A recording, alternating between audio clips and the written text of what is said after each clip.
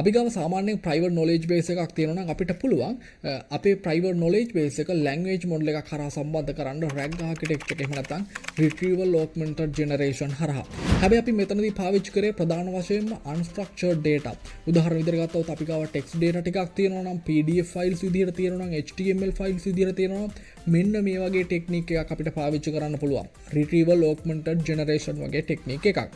හැබැයි අපි ගාව structured database එකක් තියෙනවා නම් එහෙම නැත්නම් SQL database එකක් තියෙනවා නම් අන්න ඒ වගේ වෙලාවට ඇත්තට මේ RAG architecture එක හොඳම solution එක නෙමෙයි.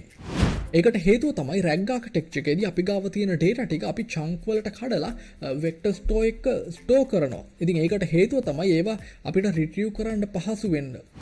හැබැයි අපි ගාව structured data තියෙනවා නම් ඒවා retrieve කරන්න කොහොමත් පහසුයි. අපිට පුළුවන් SQL query එකක් හරහා ඒවා retrieve කරලා ගන්න.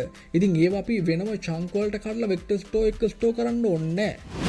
ඒ වගේම තමයි අපි මේ විදිහට chunk වලට කැඩුවොත් අපේ තියෙන SQL database එකක තියෙන data ටිකක් අපි දන්නවා ඒකේ tables තියෙනවා. ඒ වගේම tables අතර relationships තියෙනවා. ඒවා normalize කරලා තියෙන. ඒවා අතර ඒවා join කරලා තියෙන. ඉතින් මෙන්න මේ වගේ වෙලාවට ඒ වගේ තියෙන සම්පූර්ණ සම්බන්ධකම්, ඒ වගේ තියෙන සම්පූර්ණ relationship කඩන් වැටෙනවා අපි මේ විදිහට ඒවා chunk කරලා වෙනම vector store එක store කරොත්.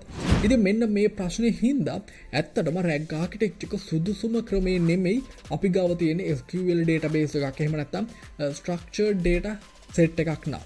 ඉතින් මෙන්න මේ වගේ dataත් එක්ක අපි වැඩ කරද්දී මෙන්න මේ වගේ data language model එකක් එක සම්බන්ධ කරද්දී අපිට වෙනම පැත්තකට යන්න වෙනවා. වෙනම ක්‍රමයක් අනුගමනය කරන්න වෙනවා. ඉතින් එන්න ඒ ක්‍රමේ මොකක්ද? ඒ ක්‍රමේ කොහොමද අපි පාවිච්චි කරන්නේ? ඒ ගැන ඔයාලට බලා ගන්න ඕන නම්, ඒ ගැන ඔයාලට දැනගන්න ඕන නම් ඔයාලට පුළුවන් පහළ comment section එක හරි එහෙම නැත්නම් description එක හරි බලන්න.